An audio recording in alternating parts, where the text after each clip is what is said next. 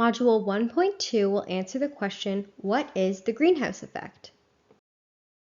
The greenhouse effect is a process that occurs when gases in Earth's atmosphere trap the sun's heat. So I'm going to explain the greenhouse effect using this simple figure here. And just to orient you, you can see Earth on the bottom here. The atmosphere is gray here. And then we have our sun up here. So just to reiterate, the atmosphere has a bunch of different gases, some of which are known as greenhouse gases. The way the greenhouse effect works is sunlight reaches the earth. Some of that energy gets reflected back into space, as you can see by these long arrows here. Some of the sun's energy gets absorbed by the earth and radiated. Some of the sun's energy is absorbed and trapped by greenhouse gases that are in the atmosphere. When this heat energy gets trapped by the greenhouse gases, it gets reflected in all directions, including back to the earth, as you can see by this arrow here. This heat energy warms the earth, and this process, known as the greenhouse effect, makes the earth much warmer than it would be without an atmosphere. There are several types of greenhouse gases, also known as GHGs. When we talk about greenhouse gases, we're referring primarily to carbon dioxide, methane, and nitrous oxide. On the chart, we can see that carbon dioxide makes up the largest percentage of GHGs. Carbon dioxide is the main contributor to climate change, especially through the burning of fossil fuels, through transport, generating electricity through coal, the burning of fuel or oil to heat our homes. Methane makes up approximately 16% of global GHGs and is produced naturally when vegetation is burned, digested, or rotted without oxygen. Oil and gas production, cattle farming, waste dumps, and rice farming also release large amounts of methane. Finally, nitrous oxide is released by chemical fertilizers and burning fossil fuels. Other greenhouse gases not pictured in this chart are water vapor and ozone. It is important to note that not all greenhouse gases are the same. Each greenhouse gas has different energy absorbing or heat trapping abilities and a different length of time that it stays in the atmosphere. Scientists call this global warming potential, or GWP, which measures how much energy 1 ton of greenhouse gas will absorb over a period of time, usually 100 years, relative to 1 ton of carbon dioxide.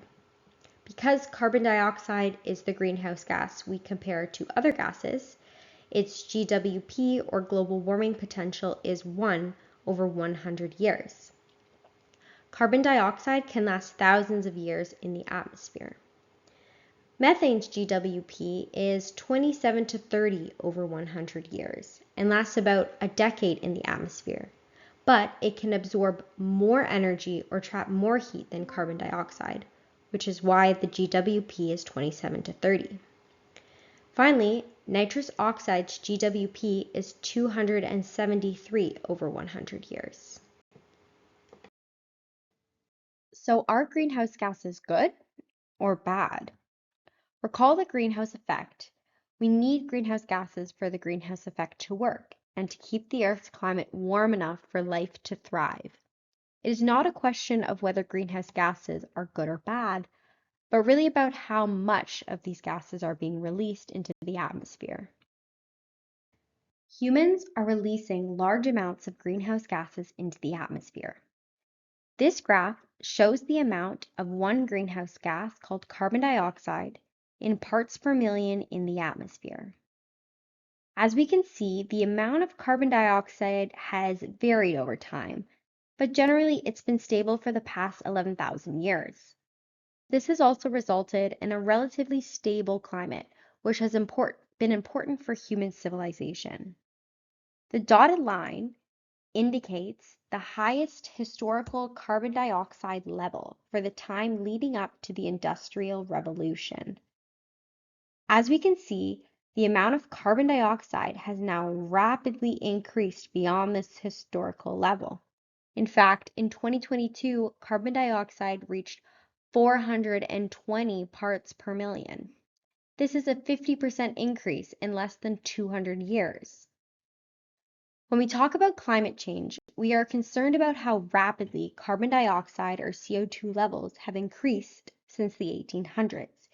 You can see how big the increase in carbon dioxide has been in approximately 70 years.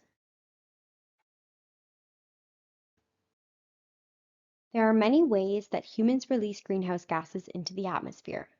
The first is through deforestation and land use change. Trees, plants, and vegetation are able to absorb carbon dioxide from the atmosphere through a process called photosynthesis. When we cut down trees or remove large natural areas to build cities, for example, we trigger the release of the carbon that was once part of the plants back into the atmosphere as carbon dioxide. Another way is by burning fossil fuels for transportation, industry, and energy. You may have heard of fossil fuels before. They are fuels such as coal, oil, and gas, and they contain carbon.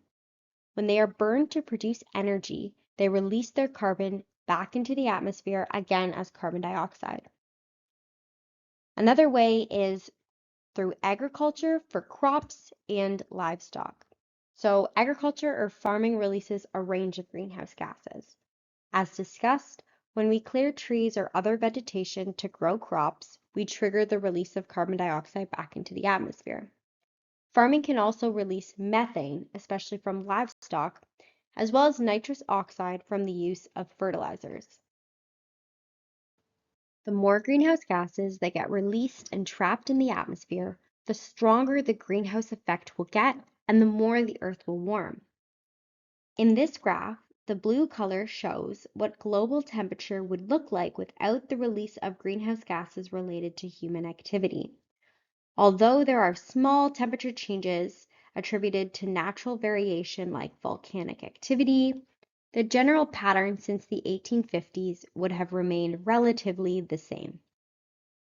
You can compare this blue line to the black line, which is showing the actual observed temperature. Based on this graph, we can see that human influences have warmed the planet at an extremely rapid rate.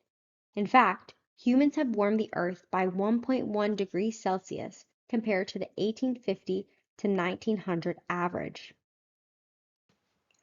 When we talk about greenhouse gas emissions, we can look at different countries' individual greenhouse gas emissions profile to see where the emissions are coming from.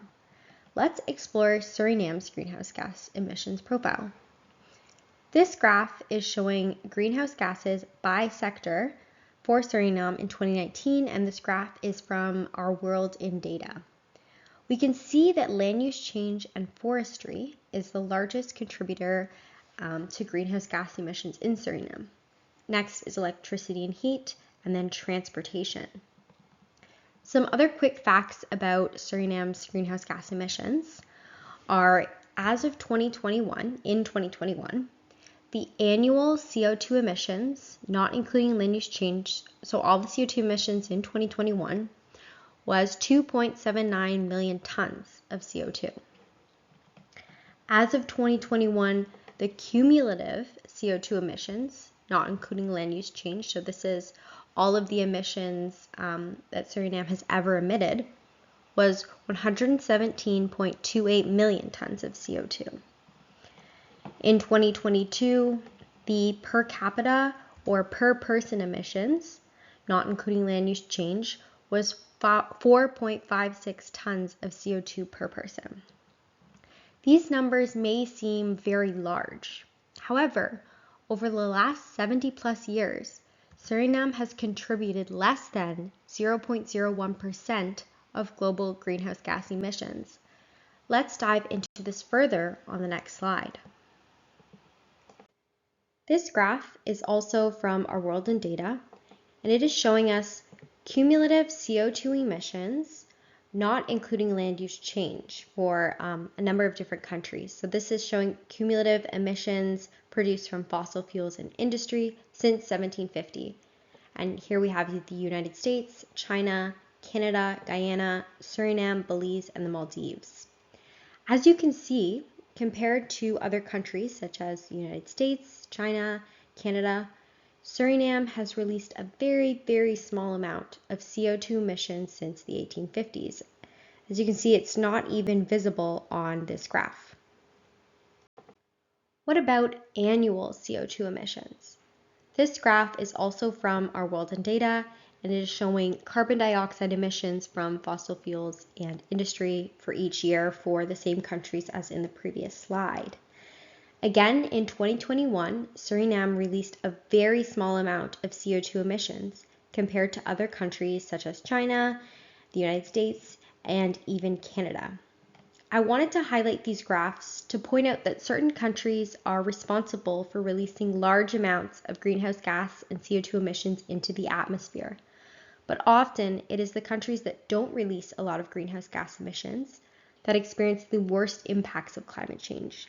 To make matters worse, these countries don't always have the necessary tools, funds, and resources to adapt to the impacts of climate change. Suriname is one of the few countries that absorbs more CO2 than it produces because of the carbon sinks. What is a carbon sink? A carbon sink is anything that accumulates and stores a carbon-containing compound, thereby removing CO2 from the atmosphere. Examples of carbon sinks are soil, vegetation such as trees and plants, and the ocean. Let's go through each of these. Soils contain mineral particles, broken down plant matter, air, water, and even living organisms. This means that they store a large amount of carbon that those materials, predominantly plants, have absorbed from the atmosphere previously. Soils can store this carbon, which would have otherwise returned to the atmosphere as carbon dioxide, for a very long time. Plants and forests absorb carbon from the atmosphere through a process called photosynthesis. The carbon becomes deposited and stored in forest biomass like tree trunks, branches, roots, and leaves.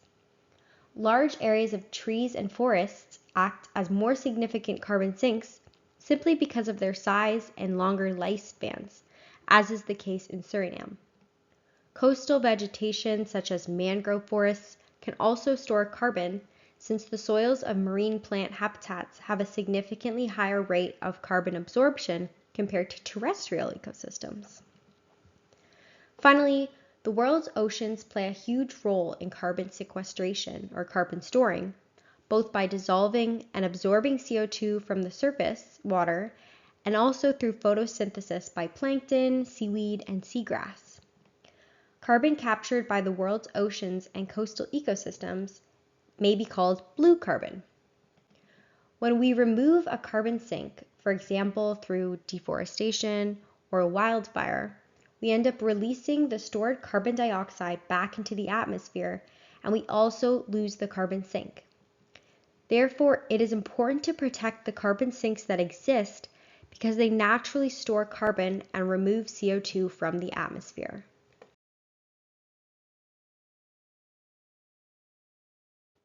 So, why should we be concerned? We have talked about humans releasing greenhouse gases into the atmosphere, which causes excess heat energy in the atmosphere and warming through the greenhouse effect. As we will explore in later videos, by warming the Earth, we are disrupting the natural climate system and causing the climate to change. This is why you may have heard scientists, politicians, and others urging us to reduce our greenhouse gas emissions and to limit warming to 1.5 to 2 degrees Celsius. Research shows that if the Earth warms to more than 1.5 to 2 degrees Celsius, above the 1850 to 1900 average, the impacts of a changing climate could be very severe and devastating. To summarize, the greenhouse effect is a natural process that warms the Earth's atmosphere. There are many types of greenhouse gases in the atmosphere that play a role in the greenhouse effect. Humans are causing the release of very large quantities of greenhouse gases into the atmosphere. Not all countries are equal when it comes to releasing greenhouse gases into the atmosphere. Suriname releases a very small amount of global greenhouse gases, and Suriname also has a large carbon sink because 94% of the land is forested. The more global greenhouse gases that get emitted, the warmer the Earth gets, and this results in climate change.